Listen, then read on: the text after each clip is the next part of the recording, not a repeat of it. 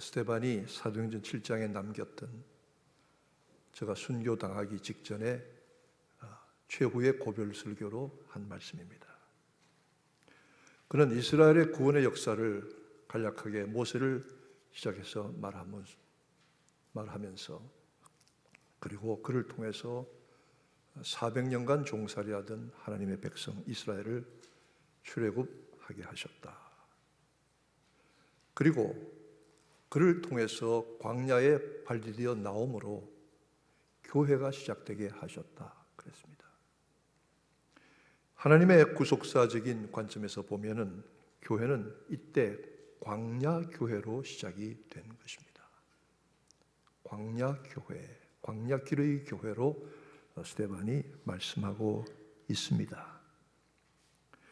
이스라엘 백성이 모세를 통해서 하나님의 부르심을 받고 홍해를 건너 나옴으로써 광야길에서 광야교회가 시작이 되었는데 오늘 이 교회는 바로 우리의 교회와도 같습니다. 그리고 우리의 신앙생활과도 같습니다. 하나님은 광야길의 교회를 하나님이 인도하십니다. 낮에는 구름 기둥으로 밤에는 불 기둥으로 인도하셨던 것입니다. 교회는 하나님의 부르신 구원의 공동체입니다. 애굽에서 400년간 종살이하던 이스라엘 백성을 모세를 통해서 불러내셨습니다. 여러분 아시다시피 종은 자기 소유권이 없습니다. 자기의 결정권이 없습니다. 인격권도 가지고 있지 못합니다. 종은 시키는 대로 하고 주는 대로 먹고 때리는 대로 맞아야 합니다. 그것이 종입니다. 이 종의 모습은 어떻게 생각하면 구원받기 전에 우리들의 모습과도 같습니다. 내가 자유한 사람인데 누구에게 종이 되었단 말인가? 여러분 반문하실지 모르지만 많은 사람들이 죽기를 무서워함으로 일생의 죄에 매여 종노릇하고 있습니다. 어떤 사람은 도박의 종이 된 사람도 있습니다. 어떤 사람은 성적인 쾌락의 종이 된 사람도 있고 어떤 사람은 마약이나 음주나 흡연의 종이 된 사람도 있습니다. 어떤 사람은 자기 중심의 삶의 종이 된 사람도 있습니다. 스스로를 하나님 삼고 우상 삼아서 자기를 섬기는 사람도 있습니다. 이 모든 일에 우리는 다 종노릇 해왔습니다. 하나님 아닌 다른 것들을 섬겨오고 매여왔다 이 말씀입니다. 그런데 종은 종살이에서 풀려날 수 있는 두 가지 방법이 있습니다. 첫째는 그 종이 죽으면 더 이상 종이 아닙니다. 죽은 자에게 종 노릇하라고 하겠습니까? 죽고 나면 더 이상 종이 아닙니다. 죽어야 종살이가 끝나는 것입니다. 두 번째는 그 종의 신분을 면하려면 누군가가 그 종을 위해서 몸값을 대신 지불해 주어야만 합니다. 종되었던 애굽의 종되었던 이스라엘 백성들이 애굽에서 출애굽하여 풀려날 때 하나님께서 저들을 자유하여 해방하여 자유하게 하셨습니다. 그 방법이 무엇입니까? 어린 양 되신 예수 그리스도의 피, 유월절 어린 양의 피로서 이스라엘 백성들을 죽음의 심판에서 건져내셨고 그 죽음의 값으로 저들을 자유하게 하셨던 것입니다. 우리도 마찬가지로 예수 그리스도의 십자가의 피로 우리가 죄의 값이 치름을 받게 되고 죽음의 저주에서 벗어나게 되었던 것이지요. 유월절 어린 양의 피가 그 백성을 심판과 죽음에서 건져내시고 출애굽하여 광야로 나가게 하시고 광야의 교회를 세우게 하셨던 것입니다.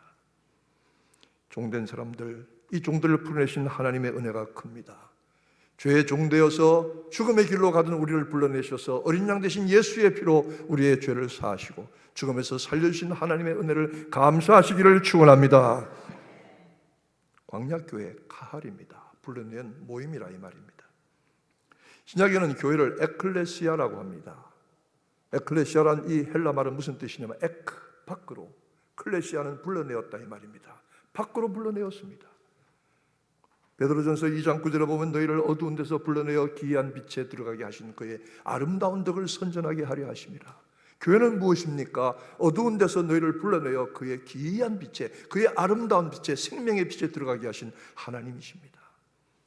그래서 교회가 시작이 된 것이지요.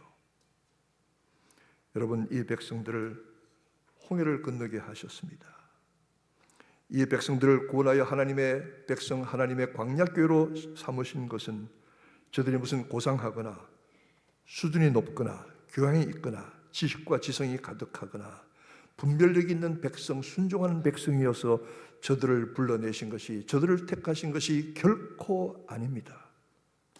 쉽게 말하면 400년 동안 종살이하던 거지 같은 백성들을, 저 밑바닥에서 지렁이 같은 백성들을 끄집어내어서 하나님의 자녀와 백성으로 삼으셨다, 이 말입니다. 북한에서 탈북하면 제일 먼저 한국에 와서 들어가게 되는 것이 하나원이라고 하는 정착훈련소가 있습니다. 몇 달 동안 그곳에서 남한 생활에 적응을 하고 북한 생활의 모든 때를 벗어버리는 훈련을 합니다. 그런데 그 하나원에서 일하던 분의 얘기를 들어보니까 북한 사람들이 처음에 나와서 남한에 정착하는데 참 애로사항이 많다. 무슨 물건을 줄 때도, 나눠줄 때도 뻔한 물건인데 다 불러서 똑같이 보는 앞에서 골고루 나눠주지 않으면 나중에 싸움질이 난다. 왜? 혹시 저놈은 나보다 더 받았을까? 저놈은 가서 거짓말하거나 뇌물을 해서 더 받았을까? 그런 의심들이 서로 가득하다는 것입니다. 김일성, 김정일, 김정은에게 3대에 걸쳐 수십 년 동안 종노를 했던 북한 백성들이, 북한 주민들이 그 같은 사고방식을 가지고 있다는 것이죠. 아주 거지 같은 인생들입니다. 이스라엘 백성이 그랬습니다. 그 당시에 세련되고 교양 있는 여러 나라 열국들의 백성들과 비교하면 정말로 거지 같은 백성들입니다. 여러분, 어떻게 생각하면 우리도 마찬가지 아닙니까? 우리도 정말로 하나님의 눈으로 보면 거지 같은 인생들 아닙니까? 잘났다고 떠들고 큰소리치고 안다고 가졌다고 배웠다고 능력 있다고 하지만 정말 하나님 보시기에 우리 거지 같은 인생들 아닙니까? 이런 사람들을 다 불러셔서 하나님의 자녀, 하나님의 백성 교회 삼으셨으니 얼마나 큰 은혜인지 모릅니다. 하나님은 자기가 불러내신 그의 백성들을 홍해 바다를 건너가게 하셨습니다. 홍해는 하나님의 구속사에서 보면은 우리가 하나님의 백성으로 거듭나는 그 과정을 확인한 세례와도 같습니다. 고린도전서 10장 2절에 바울 사도는 말씀하기를 저희가 구름과 바다를 지나며 다 함께 세례를 받았고, 세례가 무엇입니까? 세례는 예수와 함께 죽어서 땅속에 파묻히는 거 아니겠습니까? 홍해바다가 갈라졌을 때 죽음의 깊은 바다 속으로 저들은 들어갔다가 나왔습니다. 민족적으로 집단적으로 세례를 받은 것과도 같습니다. 이제는 저들의 과거의 노예 생활 종살이에서 벗어났습니다. 유월절 어린 양의 피가 저희들을 자유하게 하셨습니다. 그리고 홍해바다를 건너서 세례받게 하시고, 그리고 저들이 광야길로 자유의 몸으로 나오게 하신 것이지요. 이것은 우리의 신앙생활과도 비슷합니다. 죄에 매여 종노릇던 인생들이 예수의 피로 죄사함과 씻음을 받고 용서를 받고 그 죄의 값을 치른 후에 세례받아서 하나님의 백성으로 주의 몸된 교회에 이론되는 것과도 같습니다. 깊은 물속에 들어가서 죽음을 경험했지만 죽지 않고 다시 살아 나올 수 있게 된 부활의 역사를 함께 예표적으로 경험하게 되는 것입니다. 심판의 죽음에서 벗어나 구원받은 백성으로서, 세례받은 백성으로서 그 신분이 분명합니다. 여러분, 우리는 과거에 죄에 매여 종살이하던 데서 벗어나서 예수의 피로 죄사함과 씻음, 죄값의 해결함을 얻고 세례를 받음으로 하나님의 백성으로 거듭나고 새로워진 교회가 된 것을 믿으시기를 축원합니다. 하나님은 이 백성을 광야를 지나게 하셨습니다. 문제는 이것으로 끝난 것이 아니지요. 여러분, 우리 신앙생활이 그렇지 않습니까?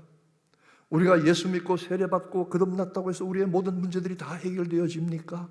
아닙니다. 이번에 함께 이스라엘 현지 세미나에 참여했던 동료 목사님 한 분은 이렇게 말합니다. 제가 목회하고 겪어보니까요, 어떤 고난과 시련이 주어졌다고 해서 그 다음에 평안이 찾아오는 게 아닙니다. 고난이 찾아왔더니 그 다음에 더 큰 고난이 찾아옵니다. 여러분 기대하세요, 고난 막두. 그렇게 얘기하더라고요. 우리가 예수 믿으면 만사가 형통합니까? 우리가 신앙생활 잘하고 기도 열심히 한 문제가 저절로 풀립니까? 안 그런 경우가 많이 있습니다. 더 힘들고 더 어려운 상황이 우리에게 부딪힐 수가 있습니다. 이 이스라엘 백성이 홍해를 건너 강야로 나가서 자유한 몸이 되었더니 그것으로 끝난 것이 아닙니다. 끊임없이 시련과 연단이 부딪혀오고 광야에서 싸움이 계속이 되는 것입니다. 여러분, 사실 따지고 보면은 이스라엘 백성이 홍해를 건너서 가나안에 들어가는 길은 우리가 보통 걸어가면 열흘이면 들어갈 수가 있습니다. 짧은 길입니다. 제가 이스라엘 가서 그 전에 시외버스를 타봤더니 직행버스로 5시간이면 가더라고요. 아주 가까운 거리입니다. 이스라엘 백성이 시내산에 가서 하나님의 율법을 받아서 배우고 하나님 말씀하신 대로 모세의 지도를 따라서 성막을 세우고 그 신앙의 공동체를 확립하는데 길어야, 그래서 가나안에 들어가는 게 길어야 2년이나 3년이면 충분합니다. 그러나 하나님은 왜 이들을 40년 동안 광야에 방황하게 하셨을까요? 중요한 이유는 이들이 하나님의 은혜와 능력을 불신하였다는 것입니다. 12지파의 한 사람씩 정탐꾼을 보내서 가데스 바나에 출발해서 그 가나안에 들어가 살펴보고 하라고 했더니 10명의 정탐꾼이 와서 부정적인 보고를 늘어놓습니다. 우리는 도저히 저 땅에 들어갈 수가 없습니다. 성벽은 높고 두텁습니다. 그리고 저 땅의 백성들은 장대와 같이 키가 큽니다. 얼마나 그 땅이 기름진지 포도 한 송이를 2사람이 어깨에 메고 가야 할 정도입니다. 우리는 메뚜기 같습니다. 도저히 저들을 이길 수 없습니다. 하나님이 뭐라고 약속했지만은 그 약속 우리에게 의미가 없습니다. 불신앙이 가득했습니다. 이 말을 백성들에게 퍼뜨렸더니 그 백성들이 밤을 새워서 통곡하면서 모세를 원망하고 모세와 아론을 죽이려고 했습니다. 그때 하나님은 분노하셨습니다. 내가 너희를 이끌어 가나안으로 들어가게 한 능력이 내게 있는데 내 능력을 불신한단 말이냐. 하나님의 약속의 땅을 주시리라고 믿었던 여호수아와 갈렙 외에는 광야에서 태어난 사람들 말고는, 애굽에서 종살이하는 사람은 한 사람도 이 가나안에 들어가지 못할 것이다. 그리고 너희가 길어야 2, 3년이면 들어갈 수 있는 광야를 40년 동안 방황해야 할 것이다. 그때부터 이스라엘은 많은 광야의 고난을 겪어야 했습니다. 제가 이번에 다녀온 중에서 그 요단 광야, 모압 광야가 있었는데 에돔 광야 참 대단합니다. 사진 좀 보여주시겠어요? 네, 아무것도 없습니다. 흉악한 산과, 먼저 거요. 흉악한 산과 붉은 모래밖에 없습니다. 땅이 붉어요. 그래서 이게 에돔 땅입니다. 이스라엘 백성은 이 땅도 지나가지 못했습니다. 에돔 왕이 못 가게 가로막았습니다. 그 다음에 산을 보실래요? 광야의 산들입니다. 얼마나 흉악하고 험한지 모릅니다. 그 다음에 모래밭을 보실래요? 이 모래밭을 40년 동안 모세가 자기 백성을 끌고 다녔습니다. 왜 40년입니까? 왜 하나님께서 그들의 불순종을 용납하지 아니하셨습니까? 거기는 이유가 있습니다. 제가 말씀드렸지만 이스라엘 백성이 애굽에 나올 때 이들은 종의 신분으로 나왔습니다. 종은 지극히 소극적이요 수동적인 사람들입니다. 시키는 대로 하고 주는 대로 먹고 때리는 대로 맞는 사람입니다. 아무런 주체적인 의식이 없는 사람들이죠. 이 백성들을 하나님께서 애굽의 모든 과거의 잘못되고 악한 습관과 패배적이고 부정적인 기질을 다 벗어버리라고 광야에서 40년 동안 훈련을 시키셨습니다. 그뿐만이 아닙니다. 이들이 광야길을 가는 동안 얼마나 전쟁을 많이 했는지 아십니까? 가나안에 들어가서 얼마나 피나는 투쟁을 해야 했는지 아십니까? 40년 동안 이들이 광야에서 고난을 겪을 때마다 이들은 연단이 되었습니다. 고난을 겪을 때마다 힘이 났습니다. 고난을 겪을 때마다 조직이 되었습니다. 고난을 겪을 때마다 광야 승리의 비법을 깨달았습니다. 생존의 비결을 깨달은 것입니다. 여러분, 우리 인생도 광야길에 있습니다. 우리가 살아가다가 고난을 자꾸 겪고 어려움을 겪으면 겪을수록 낙심하지 아니하고 우리는 더 앞으로 나가 승리할 수 있는 연단이 되는 줄로 믿으시기를 바랍니다. 교회도 광야교회입니다. 교회도 평탄한 일만 있는 것이 아닙니다. 교회도 문제가 많이 있습니다. 악한 사단의 시련과 도전이 있습니다. 그러나 부딪히면 부딪힐수록 낙심하거나 뒤로 가지 아니하고 앞으로 가서 싸울 수 있는 연단과 훈련이 되어지는 줄로 믿습니다. 우리 교회가 그렇게 되어지는 줄로 믿습니다. 결탄코 뒤로 물러서지 아니할 것입니다. 광야의 연단은 축복입니다. 하나님께서 거지 같은 백성들을, 오합지졸들을 40년 동안 그 당시에 최고의 정예 부대로 훈련시키시고 연단시키시고 승리하게 하셨던 것입니다. 이 모든 일들을 하나님은 인도하십니다. 하나님은 자기 백성들을 버리지 아니하셨습니다. 불순종하고 거스리는 하나님의 백성들이라고 할지라도 버리지 아니하시고 저들을 끝까지 붙드시고 인도하셔서 결국은 요단을 건너 가나안에 들어가게 하셨습니다. 우리의 신앙생활도 마찬가지입니다. 광야교회도 마찬가지입니다. 죄의 종살이하던 우리가 세례의 강을 건너서 광야로 나와서 구원받고 자유한 몸이 되었지만 싸워야 할 대상들이 많은 것처럼 그 끊임없는 연단 후에는 결국은 하나님의 인도하심을 받아 요단을 건너 가나안 땅의 복지에 들어가게 된다는 사실, 교회도 하나님의 인도하심을 받는다는 사실, 우리는 하나님의 선하심을 믿습니다. 하나님의 도우심을 믿습니다. 광야가 주는 축복이 무엇입니까? 저 광야에 나갔을 때 아무 도움도 받을 수 없습니다. 아무런 기대와 가능성도 없습니다. 하나님만 바라보게 하시는 것입니다.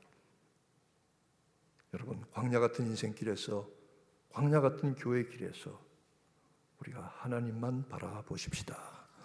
그분의 음성만 들으십시다. 앞으로 모든 연단, 모든 시련, 모든 어려움을 무릅쓰고 나아가면 연단되고 조직되고 하나님께서 우리에게 최후의 승리를 얻게 하실 줄로 믿습니다.